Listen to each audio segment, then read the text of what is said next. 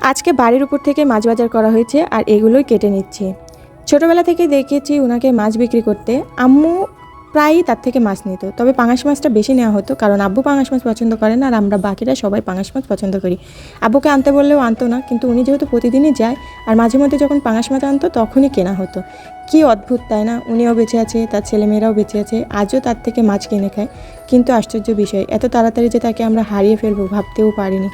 এদিকে দেখো মাছগুলো নেওয়া হয়েছে, আমি কাটতে বসলে এরা যে এত পরিমাণ দুষ্টুমি করে, আর এই দুষ্টু মিষ্টির মাধ্যমে কিন্তু আমার খুব তাড়াতাড়ি কাজগুলো হয়ে যায়। এদিকে হাতে করে থুতু নিয়ে এসে আমার মাথায় মাখিয়ে দিচ্ছে, এত দুষ্টুমি করে। তবে খুবই ভালো লাগে, ওদের সঙ্গে আমার সময় খুব তাড়াতাড়ি কেটে যায়। তবে যখন বাড়িতে থাকে না, দিনটা যেন পারই হতে চায় না। দেখো কত সুন্দর ওদের সঙ্গে দুষ্টুমি করতে করতে আমার মাছগুলো কাটা হয়ে গেছে। এখানেও এসে রেহাই নেই, দেখো বোতল নিয়ে চলে আসছে পানি নেবে, তো ওকে ঠান্ডা পানি দিয়ে দিলাম। আর এদিকে মাছ কাটা শেষ, এখন ভাবি যেভাবে ফ্রিজে রাখতে চাই সেভাবে রেখে দিবে। দেখা হচ্ছে নেক্সট ব্লগে, আল্লাহ হাফেজ।